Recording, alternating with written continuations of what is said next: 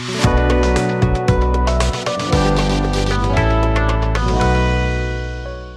this tutorial, I will show you how to pause and resume bot automation in the inbox. Take a look at this video.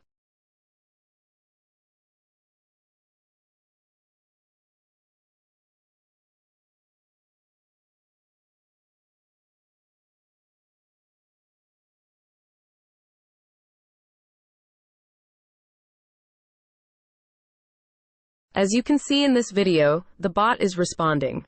Now let me pause the automation.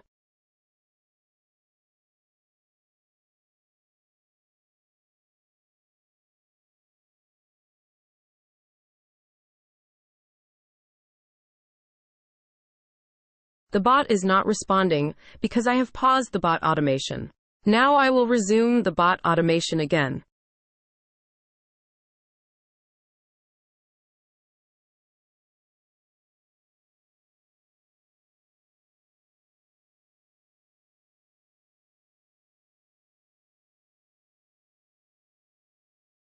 Now the bot is responding again.